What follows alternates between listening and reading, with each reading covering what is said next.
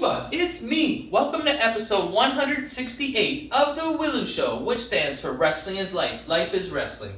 Now, I want to look at the whole don't try this at home. Remember when WWE, WWF started the don't try this at home thing? Well, by that point, a lot of the people already were trying it at home. Be it trampolines or just wrestling on their couch or their living rooms or doing moves in the pool, and this is going back a long time ago. And I know when I first came in the business, it was very frowned upon. It was like a forbidden word. You never ever mentioned backyard wrestling. But as I've grown older and been in the business a lot longer, there is a lot of people that I know, myself included, that have done backyard wrestling or trampoline wrestling and just started out that way. Because if you love wrestling and you decide you want to do it, how do you really know until you start practicing? And they are right. It is wrong to be trying this at home. A lot of major injuries occur, and whenever I see those videos pop up on my news feed on the social media, I always cringe. I'm like, ugh, what are they doing? Ah! And I was just as guilty as that, and I'm sure my mom and all my family was thinking the same thing. But hey, and we were really lucky that no one got hurt, because I did backyard wrestling in Campbell River, BC. We had a good group of guys, and we had a leader. Aaron Kern was our leader. He did storylines. He recruited people. He had a website for it. He named the pay-per-views. He named the belts. He did the match finishes of who should do what and who should be good and who should be bad. And so because of him, we all took it seriously. And he was like a bit of a Paul Heyman guy. He could pump you up, and like everybody basically just wanted to impress him. It didn't matter. Once in a while we had some fans. Sometimes we didn't. And everyone was just working for Aaron Kern. But it was good having this guy because he was like the leader. You have to have a leader. If you have too many chiefs, not enough Indians, or whatever the saying is, it won't work. But we were really lucky that no one got seriously injured. I mean, one time I broke my toe. Everybody got a whole bunch of bumps and bruises. One time I hit Steve Merriman with a shovel, but I didn't hit him with the flat, like a metal shovel with the little curl. And I didn't hit him with the flat part. I hit him with the little curl part at the end, and he got cut, and we got in a lot of trouble. And he was like, we're trying to convince him to lie to his parents, and we got kicked out of one place for wrestling, and then we wrestled another place, and people were not happy about that. But we started stepping it up and doing stuff with tables and doing stuff with chairs and doing stuff off of shed roofs and the roof of the house and just ladders. We ended up getting ladders because we just wanted to be like the people we saw on TV. Now, I'm not telling anybody that you should backyard wrestle. I don't think that's right. Even trampoline wrestling is dangerous. I got hurt more times probably on the trampoline wrestling than I did wrestling. And what we would do, we'd put 4 posts in the ground, and we'd make these little strings as the ropes, and we'd put an old dirty mattress in the middle.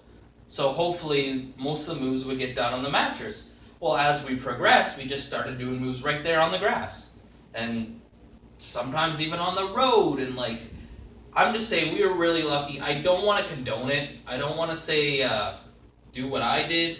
It's not the best thing out there. But at the same time, I do have to admit that the more and more people I talk to in the business, the more and more people I find get into it from wrestling with their friends.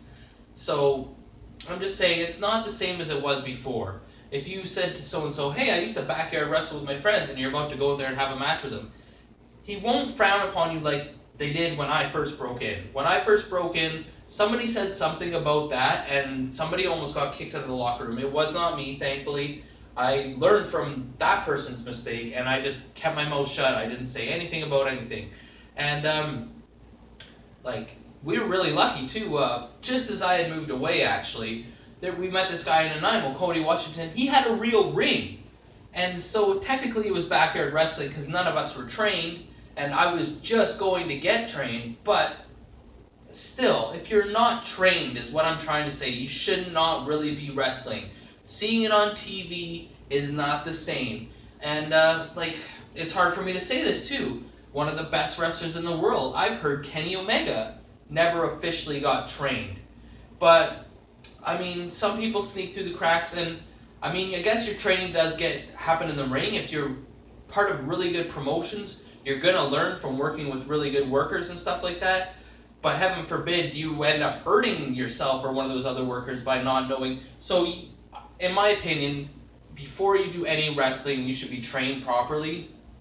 But I just want to admit out there's not a lot of people that will admit it, that a lot of wrestlers, especially nowadays, have done backyard wrestling at some point or another before they got involved when they were like a teenager, etc., etc. And if you're not going to listen, if you're going to do it, just be careful. Don't do anything off the roofs. Don't do anything with ladders and props and chairs. That's how you really get hurt. I mean, you can get hurt just from a botched power bomb or suplex or pile driver. So maybe if you're gonna decide that you're gonna do backyard wrestling, maybe you should practice some of these moves on like mattresses or something first. Or join amateur wrestling so you know like how to do certain holds and certain suplexes and stuff like that. Because I understand it. I did it. You want to have fun. You want to play wrestler and be like the people on TV that you look up to. Because look, if you want to be a baseball player, you go play baseball in your backyard. You want to be a hockey player, you go play hockey player in the driveway.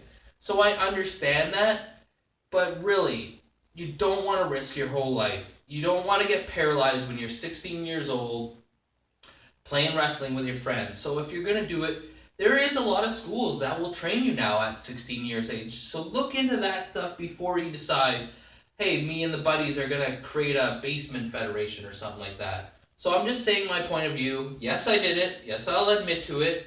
A lot of people I know did it. But it's not really the best decision. Now remember, on the W.I.L.L.I.W show, I like to hear what people have to think. So that means like, or you get a leg drop. Comment, or you get a clothesline. Subscribe, or you get a suplex.